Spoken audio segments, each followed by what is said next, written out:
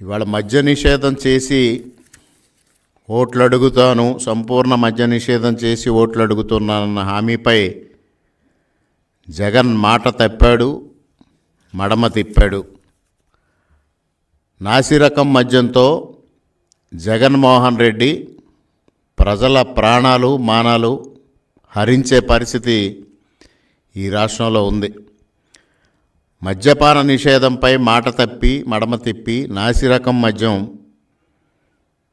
సరఫరా చేసి ఇవాళ తన మాత్రం 1,00,000 కోట్ల రూపాయలు దోచుకుని ఇవాళ ప్రజల ప్రాణాలని హరించే పరిస్థితికి జగన్ రెడ్డి వెళ్ళిపోయాడనేది ఈ సందర్భంగా తెలియజేస్తా ఉన్నా. మద్యం రేట్లు ఇప్పటికి 3 సార్లు పెంచాడు ఈ జగన్మోహన్ రెడ్డి.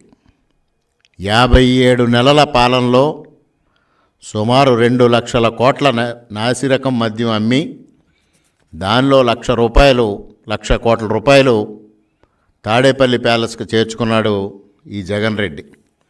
ఇవాళ ఈ 5 ఏళ్ల జగన్ రెడ్డి పాలనలో నాసిరకం మద్యం తాగి సుమారు 35 లక్షల మంది రోగాల బారిన పడడం జరిగింది.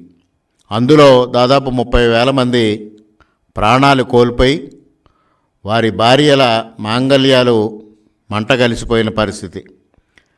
4 ఏళ్లలో మద్యం ముడుపులు నాసిరకం మద్యంతో 1,00,000 కోట్లు, ఇతర బ్రాండులతో 1,00,000 కోట్లు, మొత్తం 2,00,000 కోట్లు జగన్మోహన్ రెడ్డి ప్యాలెస్కి, తాడేపల్లి ప్యాలెస్కి చేరాయనేది వాస్తవం. అదేవిధంగా ఇవాళ మద్యం మత్తులో నాసిరకం మద్యం తాగడంతో పెద్ద ఎత్తున యువత నిర్వీర్యమైపోతున్న పరిస్థితి వస్తుంది.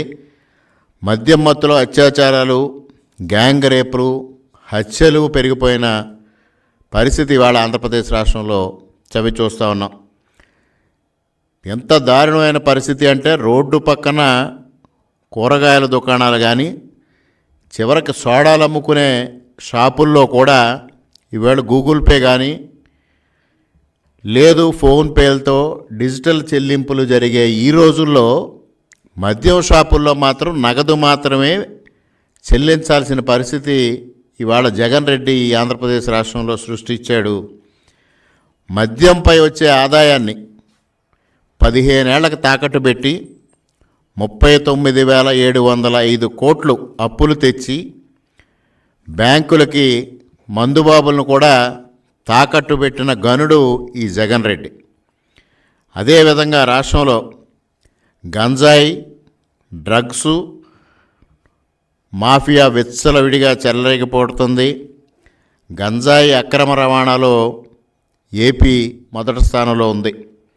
దేశంలో ఏ మూలన గంజాయి పట్టుబడ్డా దాని మూలాలు మాత్రం ఏపీలో బయటపడతా ఉన్నాయి.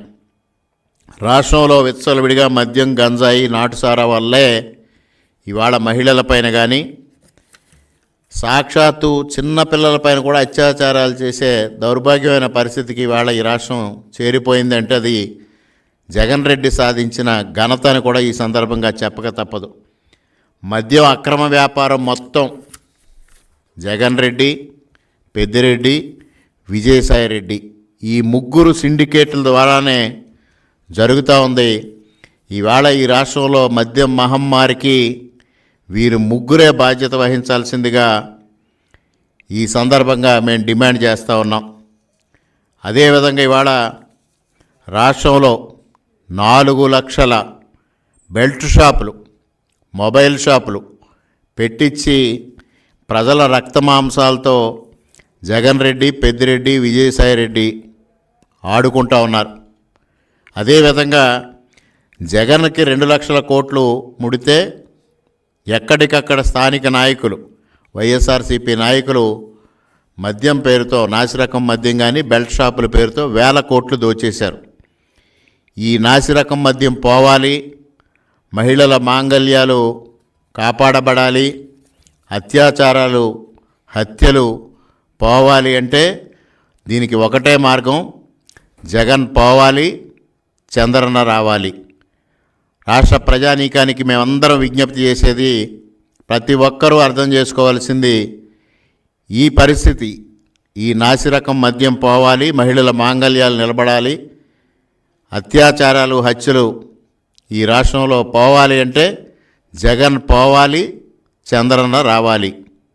ఇదే మా నినాదం. నేనొక నిజం, జరిగే యథార్థాల అగ్ని పర్వతం, జననం మరణం మధ్య జరిగే నాటకానికి నేనే సాక్షిని. సగటు మానవుని గొంతుక నేను.